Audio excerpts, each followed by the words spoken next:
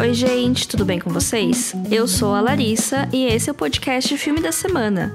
Eu tava sem tema pra essa semana porque tá frio, eu tô viciadíssima nas Olimpíadas, então assim, quando eu não tô trabalhando, eu tô assistindo Olimpíadas, eu tô me atualizando do que tá rolando em Tóquio, então não estou assistindo muitas coisas no meu tempo livre porque ele não está existindo muito, né? Porque eu trato Olimpíadas como se fosse uma profissão.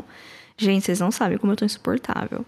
Então, eu estava em busca de um assunto, eu estava olhando o meu Letterboxd, que é o aplicativo / rede social que eu uso para marcar os filmes que eu já vi, e eu estava procurando algum tema e eu comecei inconscientemente a fazer um balanço dos poucos filmes que eu assisti nesse primeiro semestre de 2021. Aí eu pensei, esse pode ser o tema do programa, né? E cá estamos nós.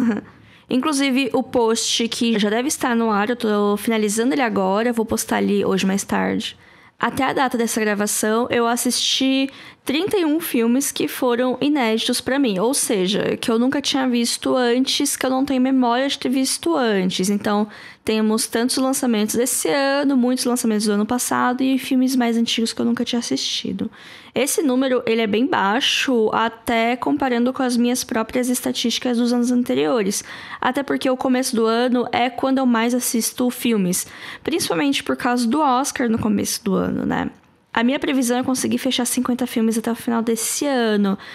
Ano passado eu consegui finalizar com 60... E a minha meta sempre é 100 e eu nunca consigo bater essa meta. Já faz uns 4 anos que eu trabalho com isso e nunca rola. Paciência, eu sempre fico na média de uns 55, 60. Ano passado foi recorde. Eu preciso pegar muito do embalo pra conseguir fechar mais que isso, mas não sei se vai rolar, então vamos ver, né? Mas, pelo menos, as minhas leituras estão em dia. Eu nunca li tantos livros quanto estou lendo esse ano. Vem aí mais um episódio de leituras recentes. Fiquem atentos. Então, né, assisti poucos filmes, mas eu odiei bem pouco deles. Então, eu acho que eu fiz uma seleção boa pra assistir. E dos que eu não gostei, eu já sabia que eu não ia gostar. Então, não foram grandes decepções. Aliás, uma foi uma grande decepção. Os outros dois eu já sabia que não ia rolar. Vou citar eles assim por nome. O que eu esperava gostar, mas não rolou, foi Mulher Maravilha 1984, mas já tava com críticas ruins, então, né, o que esperar. E os dois que eu já sabia que eu não ia gostar é A Mulher na Janela e Era Uma Vez um Sonho, os dois estrelados pela Amy Adams. Como é difícil ser fã dessa mulher. Todos esses filmes foram citados em programas anteriores. E eu tô cansada de falar deles, então não vou ficar me estendendo muito. Além desses filmes que eu não gostei, eu tive algumas decepções, o que não quer dizer que eu não gostei do filme. Quer dizer que eu esperava mais e no fim não entregou tudo o que eu esperava. Acontece, né? Cito aqui novamente Mulher Maravilha 1984, mas tem outros tipo A Voz Suprema do Blues, que até por ser o último filme do Chadwick Boseman e ter a Viola Davis num dos papéis principais, eu tava esperando um pouco mais, sabe? Por causa disso. Eu achei ele chato, mas ele não é um filme horrível. Ele é assistível, ele tem um destaque muito grande nas atuações, mas no geral é bem mais ou menos. O filme da série do Downton Abbey também eu não gostei tanto, mas assim, eu acho que eu que não tô mais com paciência pra esse tipo de história. Então não é um problema tanto do filme, mas mais meu. Até porque o filme é um episódio longo da série. É um episódio não muito bom, um episódio ok, mas segue o mesmo esquema dos episódios da série que eu já tinha assistido e eu amava uns 5 anos atrás. Mas também houveram surpresas. Pra mim, a maior delas é o filme da Cruella. Assim, não é um filme bom, tá? O argumento dele é bem ruim, mas eu gostei dele. Eu achei ele muito divertido. Os figurinos, eles são tudo pra mim. Até me deu vontade de voltar a desenhar, o que significa muito, porque eu não desenho direito tem muito tempo. Eu acho que o filme seria muito melhor se fosse algo original, se aquela pessoa fosse uma doida qualquer e não a Cruella, que quer raptar filhotes de dálmatas pra vender casaco. Não tem live action, não tem remake da Disney que vai apagar esse acontecimento, gente. Vamos lembrar disso sempre, né? Então, assim, eu dei nota 3 de 5, porque algumas coisas bem básicas me incomodaram e ele não faz sentido na cronologia, né, dos filmes Universo 101 Dálmatas, mas eu achei ele muito divertido. Outra surpresa foi A Família Mitchell contra as Revoluções das Máquinas, da Netflix, que eu assisti pra passar o tempo, que eu vi um burburinho na internet, fiquei curiosa e eu acabei amando esse filme. A animação ela é ótima, ela é divertida, ela tem um coração gigante e ainda fala comigo no nível pessoal por causa da relação da protagonista com o pai dela. Desses 31 filmes assistidos até agora, em 2021, só um deles é nacional, mas em minha defesa, ele ficou bastante tempo em primeiro lugar no meu ranking, que é, por acaso, A Vida Invisível, de 2019, baseado no livro que eu comentei aqui no segundo episódio de leituras de 2021.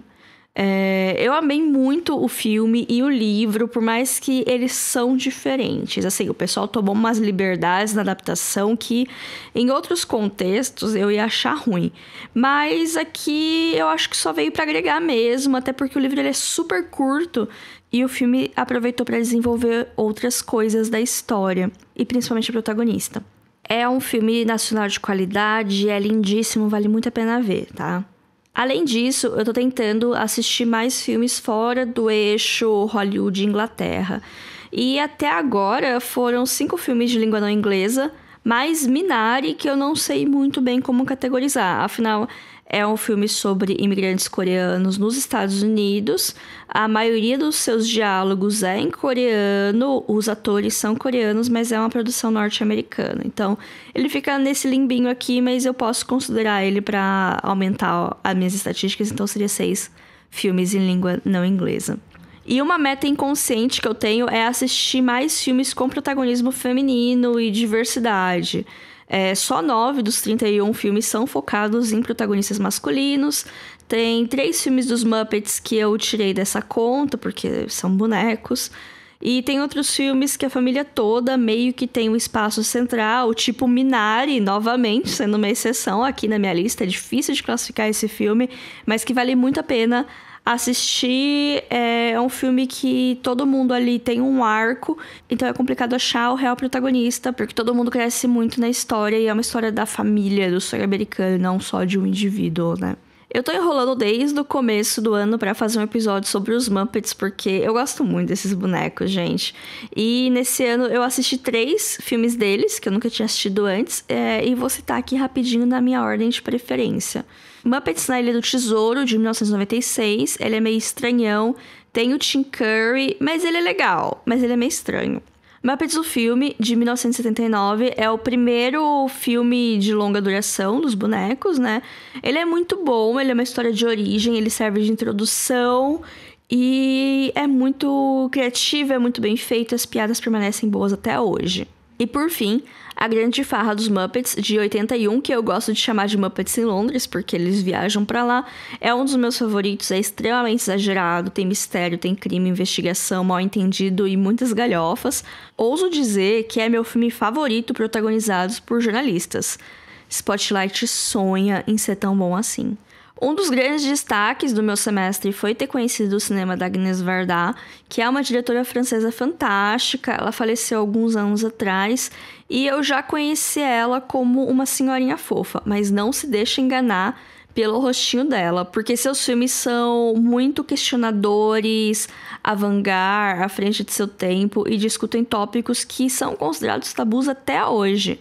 Assisti 2 filmes dela, Uma Canta e Outra Não, de 1977, que é sobre amizade, sororidade e direitos reprodutivos femininos, e Cleo das 5 às 7, de 1962, que é uma crônica sobre o comportamento humano diante da sua própria mortalidade. Partindo agora para a cota de pequenos filmes independentes, eu tenho 2 destaques aqui para comentar rapidinho. Um deles é O Som do Silêncio, que ele foi merecidamente indicado a vários Oscars, ganhou certo hype por ter sido distribuído pela Amazon, e é um filme incrível sobre adaptação e sobre luto, de certa maneira. A sinopse ela é bem básica, né? Um músico tá perdendo a audição e ele precisa lidar com isso. Eu achei que seria mais uma história de superação, mas não é sobre isso. É sobre adaptação, recomeçar a vida, lidar com a perda de um sentido como se fosse a perda de um ente querido. É um filme que ele é muito criativo no uso da sua linguagem e com atuações muito boas. O Por isso você pode pensar que talvez ele seja meio bad vibes e tal, mas eu não achei. A cena final, ela é extremamente simples, poderosa e emocionante. É uma das minhas cenas finais favoritas, assim, desse ano, das coisas que eu assisti, dos encerramentos de filmes que eu vi. E ela termina com uma nota positiva na minha interpretação, assim, né? Tem umas coisas que ficam meio aberto e depende da interpretação de cada um, mas eu quero acreditar que as coisas se resolvem no futuro. Outro filme da cota indie que não recebeu tanto amor assim das premiações foi Nunca, Raramente, Às Vezes, Sempre, que conta a história de uma adolescente que se vê grávida e precisa viajar para outro estado para realizar um aborto. E ele é filmado num meio termo entre um documentário e um filme de terror, ele é bem cru. A base dele toda é a atuação da protagonista, que é super contida, introvertida, introspectiva. É um filme, pode ser considerado parado por algumas pessoas, mas ele é cheio de camadas e de coisas não ditas que ajudam a gente a entender melhor a personagem, e porque ela faz o que ela faz e porque ela é do jeito que ela é. Eu recomendo demais esse filme, achei ele muito bom. 2021 também foi o ano que eu assisti pela primeira vez 2 clássicos do protagonismo feminino, em épocas que isso não era tão comum assim quanto hoje. São eles Alien, de 1979, e Thelma e Louise, de 1991. Thelma e Louise tem um episódio exclusivo que saiu semana passada, mas para quem não conhece, é um road movie protagonizado por 2 amigas que acabam se tornando fugitivas depois de um grande evento traumático para ambas. É excelente e atualmente está no primeiro lugar do meu ranking, porque eu sou bem emocionada para ranquear filmes. E adoro ranquear tudo também, né? Alien é um filme mais antigo, ele é uma ficção científica sobre um grupo de cientistas e exploradores no espaço que precisam lidar com um organismo alienígena que entra na nave deles. Ele é meio de terror, mas no geral eu achei tranquilo de assistir. Não dá medo propriamente, mas te deixa tenso. Tem uns sustinhos do nada, mas nada muito horroroso, assim. Aliás, tem uma parte com nojeirinha, com gore, mas só com os aliens e com outras coisas não humanas, por assim dizer. Quando é a tripulação que se fere ou morre, não é mostrado na tela, assim, o evento, o braço saindo do corpo, esse tipo de coisa. A gente não vê, graças a Deus. Inclusive, eu tava enrolando horrores pra assistir esse filme, porque eu achava que eu ia morrer de medo. E foi bem tranquilo e valeu muito a pena, porque é um filme muito bom. Ele é um marco da ficção científica, ele é um marco do protagonismo feminino, é um marco do terror até, de certa forma. E valeu demais a pena. Eu recomendo, se você também não está assistindo porque você está com medo, pare de ser trouxa e assista o filme. Tem coisas muito piores. A maioria dos filmes que eu vi, eles são do ano passado, né? Se a gente for parar pra analisar. Justamente por conta do Oscar, que muitos desses filmes eu assisti porque eles estavam indicados ou eles tinham a possibilidade de ser indicados pro Oscar. E também porque alguns filmes chegaram só esse ano nos streamings. E tinha burburinho e eu queria assistir e ver qual é que era, né? Somente 5 desses 31 filmes que eu assisti tem como ano de lançamento 2021. Então eu vou falar rapidinho de cada um, começando pelo que eu menos gostei e terminando com o que eu gostei mais. Começo com A Mulher na Janela. Tiveram vários problemas na produção e na distribuição desse filme, então ele já estava pronto fazia bastante tempo, mas ele acabou sendo lançado oficialmente esse ano na Netflix e é uma bomba. Para mais detalhes, ouça o episódio 62, o assistidos recentemente, que eu fiquei uns 10 minutos reclamando dele, comparando com o livro que eu li, tá? Então eu tenho propriedade para reclamar. Não que o livro seja muito bom, mas enfim. Eu não aguento mais falar tanto do livro quanto do filme, então é isso, gente. Se alguém quer saber o que eu acho, ouçam esse episódio, tá tudo lá. Cruella tá em 4º lugar, mas como eu falei antes, eu gostei do filme e eu tô surpresa comigo mesma. Ele é divertido, porém, ele é meio longo e a história não é o ponto forte dele, principalmente se a gente considerar que existe uma continuidade, ele vem antes de uma série de outras coisas. Mas ele entrega entretenimento e looks icônicos, então pra mim, me divertiu. Eu assinei por um breve período do Disney Plus, talvez eu faça um episódio em breve pra falar um pouco mais de outras coisas que eu assisti lá no streaming, mas eu assisti Luca, que não tinha visto ainda, eu gostei, achei fofo, a animação é linda, as metáforas, elas estão lá, né? Não precisa nem prestar tanta atenção assim pra entender, só ter bom senso e mente aberta, né? Mas eu não amei o filme e eu confesso que ele demorou um pouquinho pra me prender. Mas, de maneira geral, é uma aventura gostosa, é uma história sobre amizade, descobertas e aceitação que vale a pena conferir, sim. Judas e o Messias Negro é outro filme que foi lançado em 2021, provavelmente porque as regras do Oscar foram mudadas esse ano por causa da pandemia, né? E pra quem é curioso sobre o fenômeno de filmes que têm as suas estreias próximas à data das premiações, ouça o episódio número 53 sobre Oscar Bates. Judas e o Messias Negro eu só assisti por causa do Oscar e ainda bem que eu fiz isso. Por mais que seja um filme bem tradicional em sua estrutura e na sua própria direção, ele entrega atuações excelentes e é uma aula sobre um pedaço da história norte-americana que é pouco falada e pouco conhecida também. É curioso como ele tem alguns personagens em comum com outro filme que entrou na corrida do Oscar e eu vi muito mais gente falando sobre, que é o 7 de Chicago, mas os dois filmes lidam com a história de uma maneira ligeiramente diferente. Não vou falar que são lados opostos, porque não são, mas são visões diferentes, isso é nítido. Vale a pena assistir o filme, até para ter um ponto de partida para pesquisar mais sobre as pessoas e os eventos que são retratados nele.